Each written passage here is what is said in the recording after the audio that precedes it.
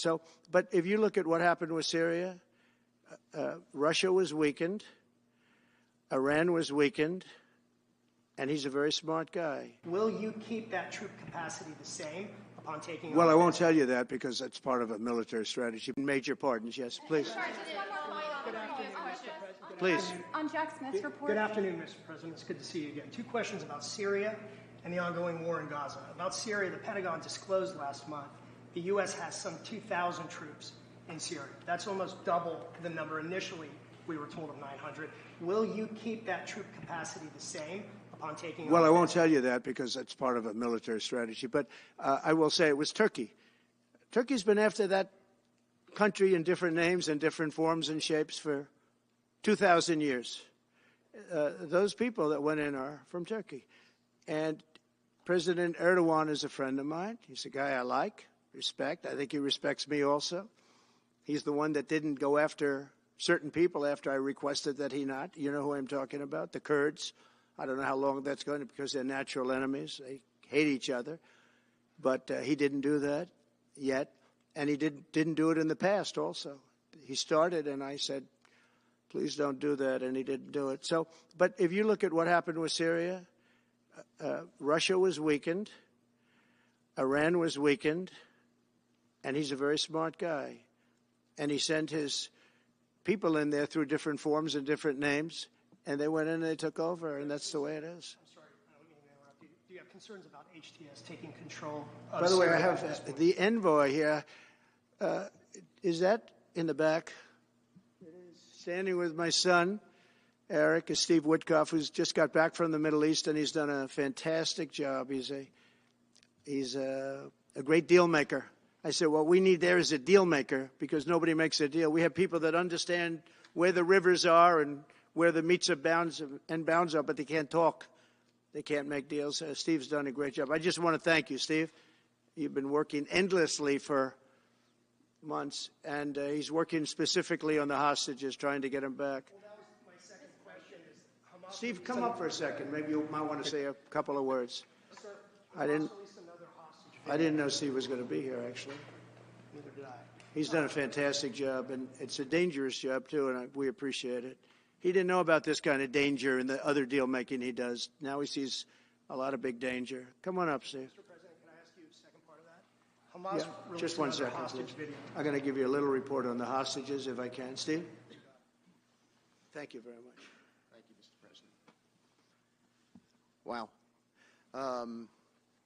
Well, I think we're making a lot of progress, and I don't want to say too much because I think they're doing a really good job back in Doha. I'm leaving tomorrow back to go to Doha, but I think that we've had some really great progress, and I'm really hopeful that by the inaugural, we'll have some good things to announce on behalf of the President. I actually believe that we're working in tandem in a really good way, but it's the President, his reputation, the things that he has said that are driving this negotiation, and so hopefully it'll all work out and we'll save some lives.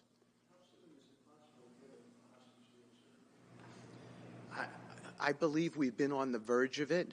I don't want to discuss sort of what's delayed it. There's no point to be negative in any way.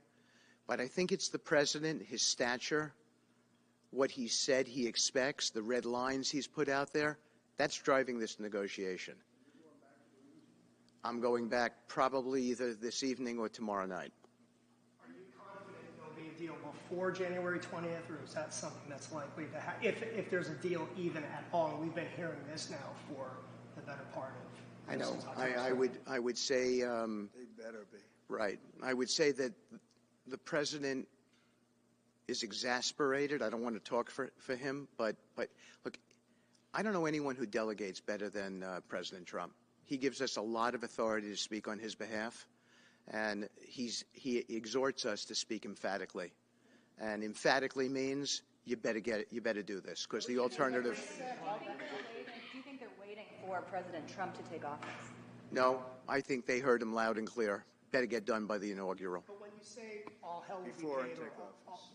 that all hell must be paid if they don't release the You know what that hostages. means, don't you? Well- Do I have to define it for you? Look, all No, I know hell you're not will gonna break out. telegraph If what- those hostages aren't back, I don't want to hurt your negotiation. If they're not back by the time I get into office, all hell will break out in the Middle East. And it will not be good for Hamas, and it will not be good, frankly, for anyone. All hell will break out. I don't have to say anymore, but that's what it is. And they should have given them back a long time. They should have never taken them. There should have never been the attack of October 7th. People forget that. But there was, and many people are killed. They're no longer hostages. I have people from Israel and others calling, begging me to get, we had also people there from the United States, just so you know. They're holding some so-called hostages from the U.S. But I've had mothers come to me and fathers crying, can I get the body of their son back? Can I get the body of their daughter back? That beautiful girl where they threw her in the car, pulled her by her ponytail and threw her in the car like she was a sack of potatoes. I said, what happened to her? Sir, she's dead. Like a 19, 20-year-old beautiful girl. And the way they treated her. And I just say it this very simply. Steve's got a job to do. He's a great guy, great negotiator, great person. They respect him over there already. It's what we needed over there. We have people that know everything about the Middle East, but they can't speak properly. They don't know. He's a great negotiator. That's what I needed. I could have sent that gentleman right over there, Hussein. He's a great negotiator. There are people, they're rare. Great negotiators are very rare, like a great surgeon. But we have the right person. But I tell this, I don't want to hurt the negotiation. If the deal isn't done before I take office, which is now going to be 2 weeks, all hell will break out in the Middle East. Okay? Thank you, Mr. Thank you. President. You've done a great job. Thank you. President.